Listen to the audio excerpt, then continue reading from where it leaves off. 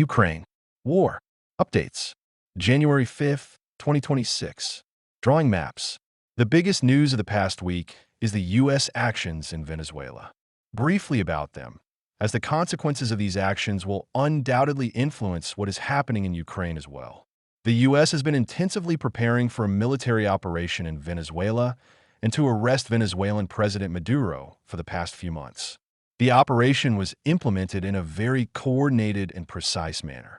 Intelligence did a great job before the operation, and during the attack, electronic warfare means were used extremely effectively, blinding the Venezuelan military forces. Threatening air defense systems were destroyed immediately. Then came the landing operation, which was perfectly implemented by U.S. Special Forces. This operation was executed very precisely and in a coordinated way.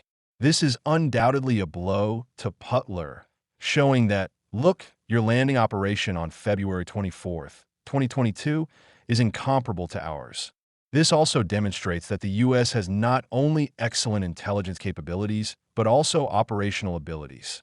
The change of situation in Venezuela is important in the context of the Ukraine war because there is no confirmed information, but indirect facts indicate such a possibility. The junta in power agreed with Putin to employ cheap Venezuelan labor to manufacture components and parts for Ruski-made unmanned aerial vehicles and other weaponry. Venezuela became a factory for Ruski weaponry components unburdened by sanctions. We do not yet have data on how this will or will not change following current events.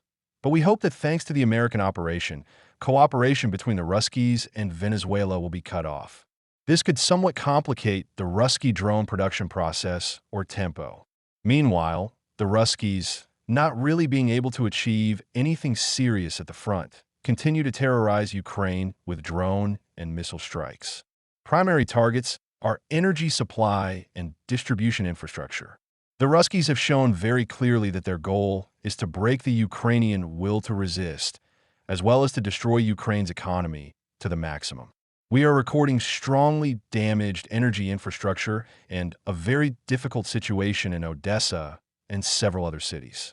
Massive drone raids and missile strikes are causing very serious damage. Meanwhile, Ukrainians continue to stick to their plan and purposefully attack Putin with drones. So far, we observe only a few missile strikes there.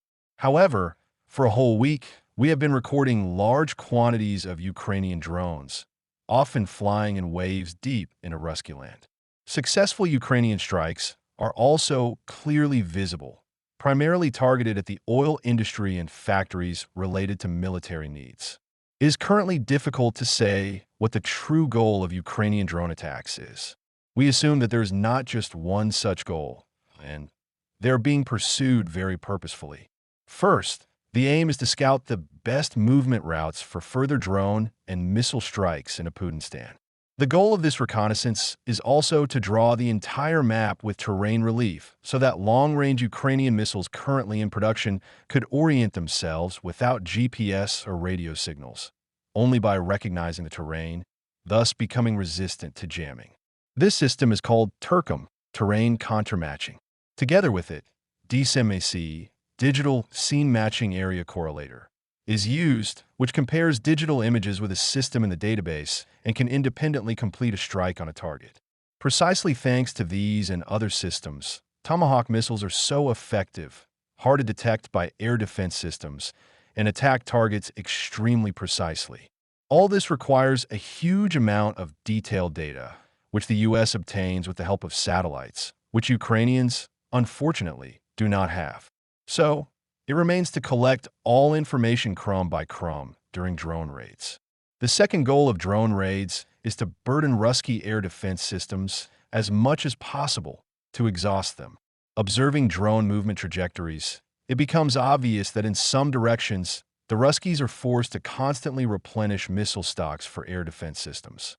The third goal of drone attacks is to destroy what allows Putin's government to earn money and continue the war: natural resources, their processing, and export. We compared last year's trend and can confidently state that the number of successful strikes has been growing very rapidly since the middle of last year. At the end of the year, we sometimes recorded higher numbers than in the summer. This means that strikes will increase, and they will be effective. There are more goals for such strikes, but we won't list them all. We presented a few of the most important ones. The key is that the number of Ukrainian drones flying into Putinistan has become very large, and it will likely continue to increase. But for now, there are rather few missile strikes on Russian land. It seems that just as long-range drones were being stockpiled, missiles are now being stockpiled. According to those production quantities that are publicly known, it can be safely said that missiles are used rarely, which means their stocks are being accumulated. By our calculation, stocks of long-range missiles should reach at least several hundred units. What are they being stockpiled for? Apparently, not a very big secret, for serious concentrated strikes in some not very distant future. This analysis was prepared by the Info Commanda team and originally shared by Justas Gavinas on Facebook and LinkedIn.